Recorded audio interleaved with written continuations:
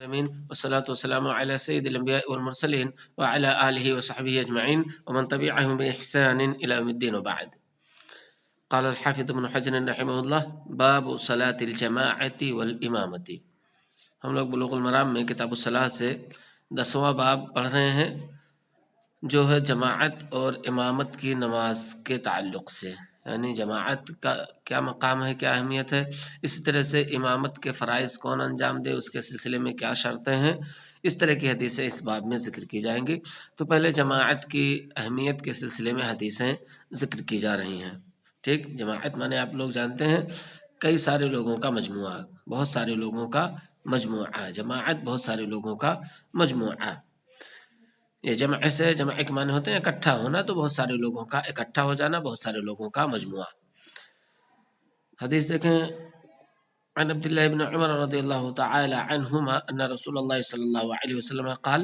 حضرت عبداللہ بن عمر رضی اللہ تعالی عنہما سے روایت ہے کہ رسول پاک صلی اللہ علیہ وسلم نے فرمایا صلاۃ الجماعت، جماعت کی نماز یعنی جماعت سے پڑھی گئی نماز، افضل من صلاۃ الفرد، افضل ہے تنہا پڑھنے والے کی نماز سے. فرد کے معنی ہوتے ہیں تنہا ہونا، اکیلا ہونا. فرد معنی اکیلا ہونا، تنہا ہونا، منفرد ہونا. جماعت سے پڑھی گئی نماز افضل ہے من صلاۃ الفرد، تنہا پڑھی جانے والی نماز سے، تنہا آدمی کی نماز سے. ب27 درجۃ، 27 درجہ، 27 گنا، 27 گنا زیادہ افضل ہے. جماعت سے پڑھی جانے والی نماز تنہا نماز پڑھنے سے 27 گنا زیادہ بہتر ہے. متفق علیہ، متفق علیہ حدیث ہے. ولہما عن ابی ہریرہ، اور بخاری اور مسلم ہی میں ابو ہریرہ رضی اللہ تعالی عنہ سے ہے. ب25 جزءا، 25 گنا، 25 حصہ، 25 حصہ زیادہ ہے. وکذلک البخاری عن ابی سعید، اسی طرح سے بخاری میں ابو سعید خدری رضی اللہ تعالی عنہ سے ہے کہ 25 گنا زیادہ بہتر ہے.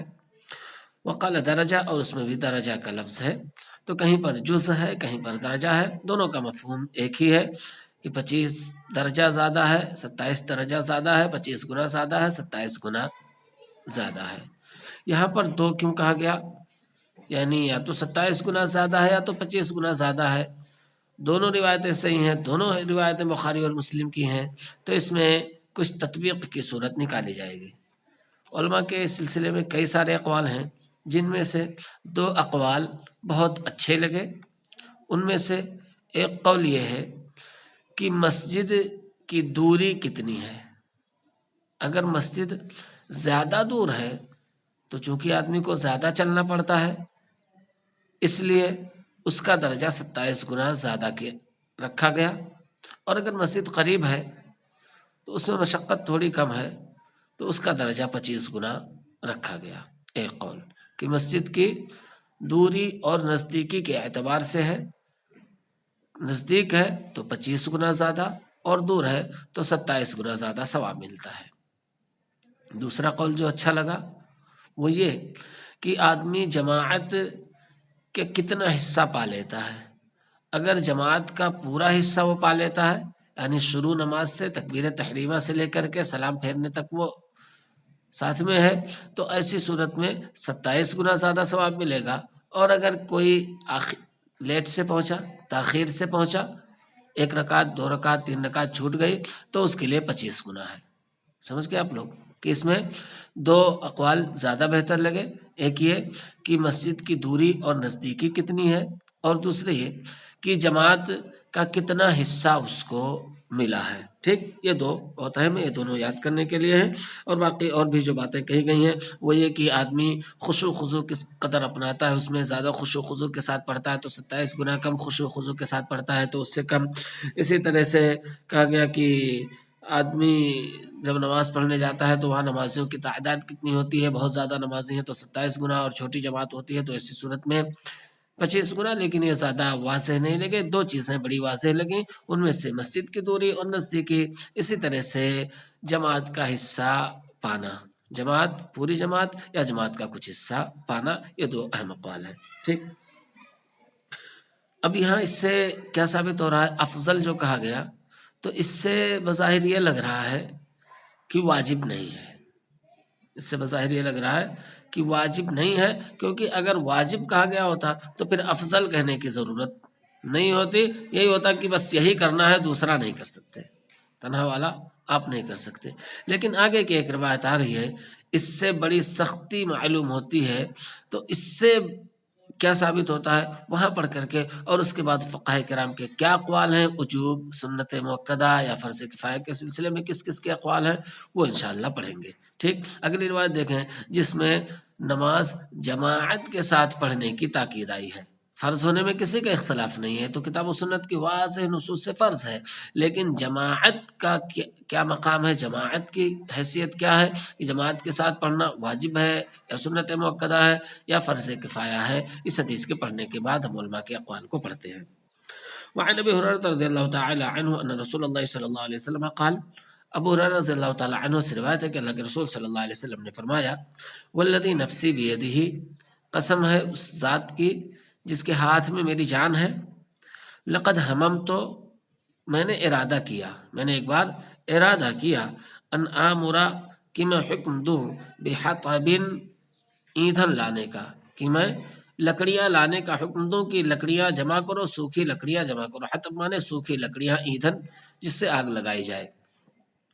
لقد ہممت، ہم میں ارادہ کرنا، لقد ہممت، میں نے ارادہ کیا، ان آمرا بحطب، کہ لکڑیاں جمع کرنے کا حکم دوں، فیحتطب، تو اسے جمع کیا جائے، فیحتطب، احتطب مانے لکڑیاں جمع کرنا، فیحتطب، تو ان لکڑیوں کو جمع کیا جائے، ثم آمر بالصلاۃ، پھر میں نماز کا حکم دوں، پھر میں نماز کا حکم دوں، فیؤذن لها، اس کے لیے اذان کہی جائے، تو اس کے لیے اذان کہی جائے، حکم دوں کہ نماز کا وقت ہونے والا ہے، اذان دو، اذان دی جائے، ثم آمر رجلا، پھر اذان کے بعد حکم دو ایک آدمی کو، فیؤم الناس، تو وہ لوگوں کی امامت کرا دے، میں حکم دوں کہ آج میں نماز نہیں پڑھاؤں گا، آپ نماز پڑھا دیجئے، میں کہیں کام سے جا رہا ہوں۔ ثم آمر رجلا فیؤم الناس، پھر میں کسی شخص کو حکم دوں وہ لوگوں کو نماز پڑھا دے، ثم اخالف الی رجال، پھر میں چلوں ان لوگوں کے پاس، خالفہ کے معنی ہوتے ہیں آنا جانا، ادھر آنا ادھر جانا، مخالف سمت میں جانا، تو یہاں پر دیکھیں مخالف سمت میں نہیں ہے، مخالفی سمت میں ہے نا، اس لیے کہ اذان ہو گئی تو آنا چاہیے مسجد کو، کہہ رہے میں مسجد سے نکل جاؤں۔ ٹھیک، تو خالفہ کے معنی آنے جانے کے ہوتے ہیں، یہاں پر بہت ہی اہم مفہوم اس کا ہے کہ میں الٹا چلوں، یعنی مسجد آنے کا وقت ہے، اب میں مسجد سے نکل چلوں۔ ثم اخالف الی رجال، پھر میں کچھ لوگوں کے پاس جاؤں، ان لوگوں کے پاس پہنچوں، ان لوگوں کے پاس جاؤں، لا یشہدون الصلاۃ، جو نماز میں حاضر نہیں ہوتے ہیں، لا یشہدون الصلاۃ، جو نماز میں حاضر نہیں ہوتے ہیں، فاحرق علیہم بیوتہم، تو ان پر ان کے گھروں کو جلا دوں، جو نماز میں حاضر نہیں ہوتے ہیں پہنچوں اور ان پر ان کے گھروں کو جلا دوں، جن گھروں میں بیٹھے ہوئے ہیں انہی گھروں میں آگ لگا دوں، جل جائیں اسی میں۔ یہ کون لوگ تھے جن کے گھروں کو جلانے کا ارادہ آپ صلی اللہ علیہ وسلم نے کیا؟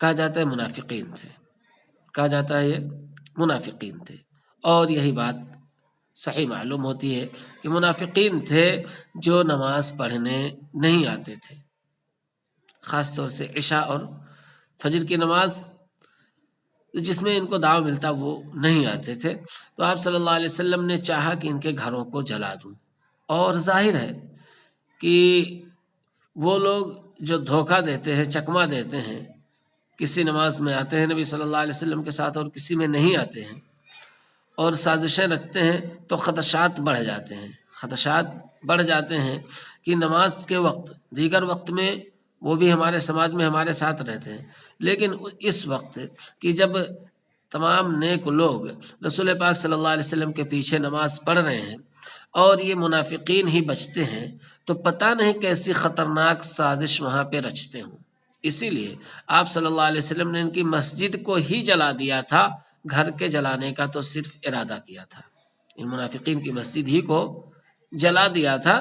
آپ نے پڑھا ہوگا سورہ توبہ میں مسجد ضرار کا تذکرہ ہے کہ مسجد ضرار منافقوں نے جو بنائی تھی سازش رچنے کے لیے کہ وہیں پر سازش رچیں گے، تو آپ صلی اللہ علیہ وسلم نے اس مسجد ہی کو جلا دیا تھا. کیونکہ جب یہ اپنے گھروں میں سازشیں رچتے تھے تو آپ صلی اللہ علیہ وسلم نے ارادہ کیا کہ ان کے گھروں کو جلا دیا جائے. تو انہوں نے دکھاوے کے لیے کہ ہم بھی نماز پڑھتے ہیں لیکن یہ ہے کہ مسجد نبوی میں جانا دور پڑتا ہے، اس وجہ سے ہم ایک چھوٹی سی مسجد اپنے ہی آس پاس میں بنا لیتے ہیں اور اسی میں ہم پڑھا کریں گے. اور اس میں پھر ان کا مقصد سازش کرنا تھا. آپ صلی اللہ علیہ وسلم جب غزوہ تبوک سے لوٹے تو اللہ رب العالمین نے آپ کو بتا دیا کہ یہ مسجد نماز کی غرض سے نہیں بنائی گئی ہے بلکہ سازش رچنے کی غرض سے بنائی گئی ہے. اس وجہ سے اس کو ڈھا دیا جائے. آپ صلی اللہ علیہ وسلم نے اس کو جلا دیا. ٹھیک. تو یہاں پر کون لوگ تھے؟ منافقین تھے جو نماز پڑھنے نہیں آتے تھے. آپ نے انہی کے گھروں کو جلانے کا ارادہ کیا. والذی نفسی بیدہ. اس کے بعد آپ صلی اللہ علیہ وسلم نے نصیحت کی کہ نماز میں کوتاہی نہیں ہونی چاہیے جماعت کے ساتھ پڑھنے میں. والذی نفسی بیدہ، قسم ہے اس کی جس کے ہاتھ میں میری جان ہے. لو یعلم احدہم، اگر ان میں سے کوئی شخص جان لے، ان منافقین میں سے کسی کو پتہ چل جائے انہ یجد عرقا سمینا، کہ یہ پائے گا. عرق کے معنی ہوتے ہیں ہڈی کے. عرق معنی ہڈی، عین پر زبر، عرق معنی ہڈی. سمینن موٹی. موٹی ہڈی کا مطلب ہے گوشت سے پر ہڈی. گوشت سے پر ہڈی یعنی گوشت دار ہڈی ان کو مل جائے کھانے کو.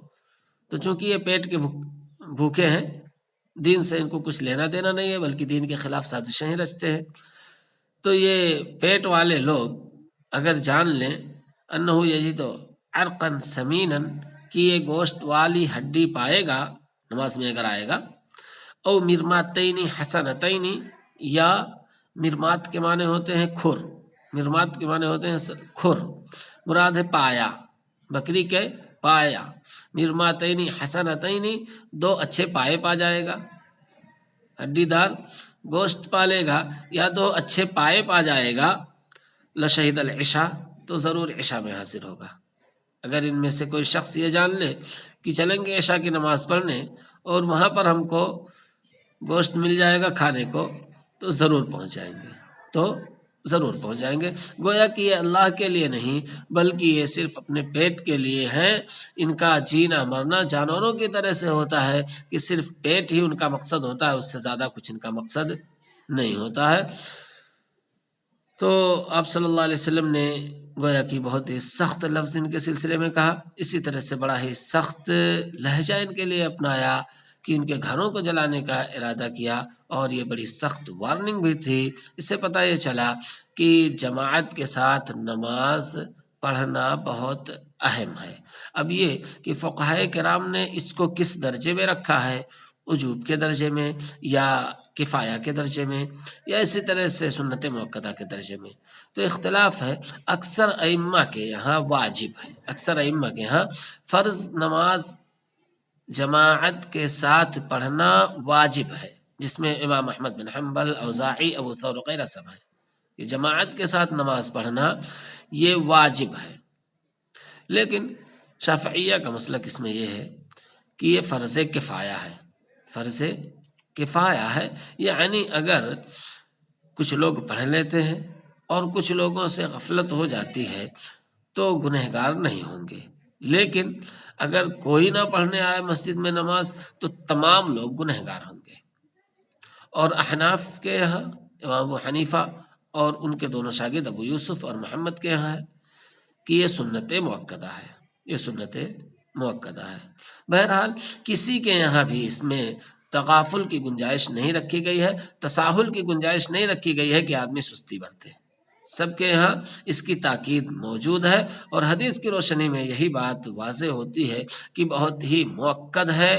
واجب ہونا یا اسی طرح سے اور دوسرے جو اقوال اس میں ہیں یہ سارے کے سارے تاکید ہی پر دلالت کرتے ہیں. اگر واجب نہ بھی مانا جائے تو موقد ضرور ہے اور اس کے چھوڑنے پر اصرار کرنے والا گناہ کا مستحق ہوگا. ٹھیک. آگے دیں گے. وعنہ قال، اور حضرت ابو ہریرہ رضی اللہ تعالی عنہ ہی سے روایت ہے، قال رسول اللہ صلی اللہ علیہ وسلم، اللہ کے رسول صلی اللہ علیہ وسلم نے فرمایا، اثقل الصلاۃ علی المنافقین، سب سے بوجھل نماز منافقوں پر صلاۃ العشاء و صلاۃ الفجر، عشاء کی اور فجر کی نماز ہے۔ سب سے بوجھل نماز منافقوں پر عشاء کی نماز اور فجر کی نماز ہے۔ کیوں یہ سب سے زیادہ بوجھل ہے؟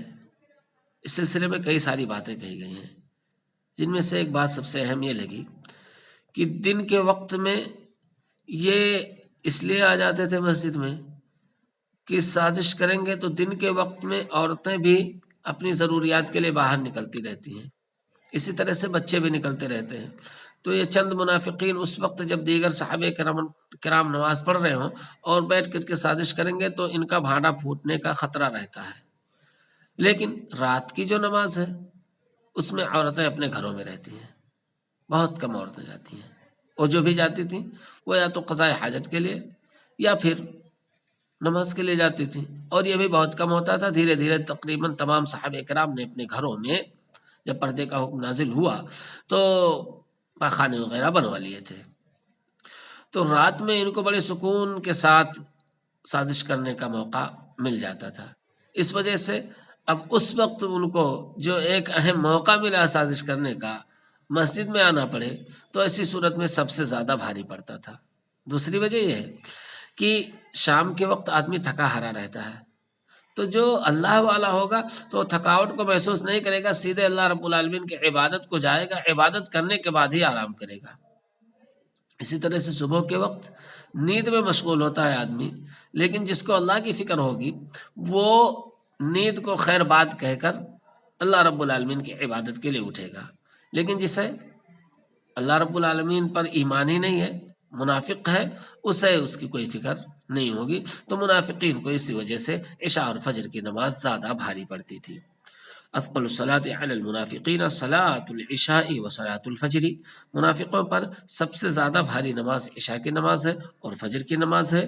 ولو یعلمون ما فیہما، اور اگر وہ جان لیں کہ اس میں کتنا ثواب ہے، ولو یعلمون، اگر وہ جان لیں، ما فیہما، کہ کیا کچھ ہے ان دونوں نمازوں میں، یعنی کتنا زیادہ ثواب ہے، لاتوہما، تو وہ ضرور ان دونوں نمازوں میں آئیں گے، لاتوہما، تو ضرور وہ آئیں گے، عطا سے ہے، ولو حبون، اگرچہ گھسٹ کر آنا پڑے۔ حبون کے معنی ہوتے ہیں گھسٹ کر آنا، حبون گھسٹ کر آنا، تو گھسٹنے کا یہاں دو طریقہ بتایا گیا ہے، ایک یہ کہ بچہ جیسے اپنے سرین کے بل گھسٹتا ہے، اور دوسرا یہ کہ بچہ اپنے ہاتھ پاؤں مارتے ہوئے شروع میں جب وہ گھسٹتا ہے، ٹھیک، تو چاہے سرین کے بل گھسٹ کر کے آئیں گے یا یہ کہ اپنے ہاتھوں پیروں کے بل گھسٹ کر کے آئیں گے۔ اگر ان کو چلنے کی طاقت نہیں ہوگی، حد سے زیادہ تھکے ہوئے ہوں گے تو گھسٹ کر کے بھی آئیں گے۔ اگر ان کو اس کی اہمیت کا پتہ چل جائے، گویا کہ نمازیں بہت اہم ہیں، اور یہاں پر اشارہ صرف نماز کی طرف نہیں بلکہ جماعت کے ساتھ نماز پڑھنے کی طرف ہے، کہ آدمی کو اگر ان کی فضیلت معلوم ہو جائے ان نمازوں کو جماعت کے ساتھ پڑھنے کی، تو ایسی صورت میں آدمی ہر ممکن کوشش کرے گا اس نماز تک پہنچنے کی، ٹھیک۔ باقی اب کن لوگوں کے لیے رخصت ہے اور کن لوگوں کے لیے رخصت نہیں ہے، کس نے رخصت طلب کی اس کو رخصت ملی اور کس کو نہیں ملی، یہ مسئلہ انشاءاللہ کل پڑھیں گے۔ اب کچھ سوال کرنا ہے تو کیجیے۔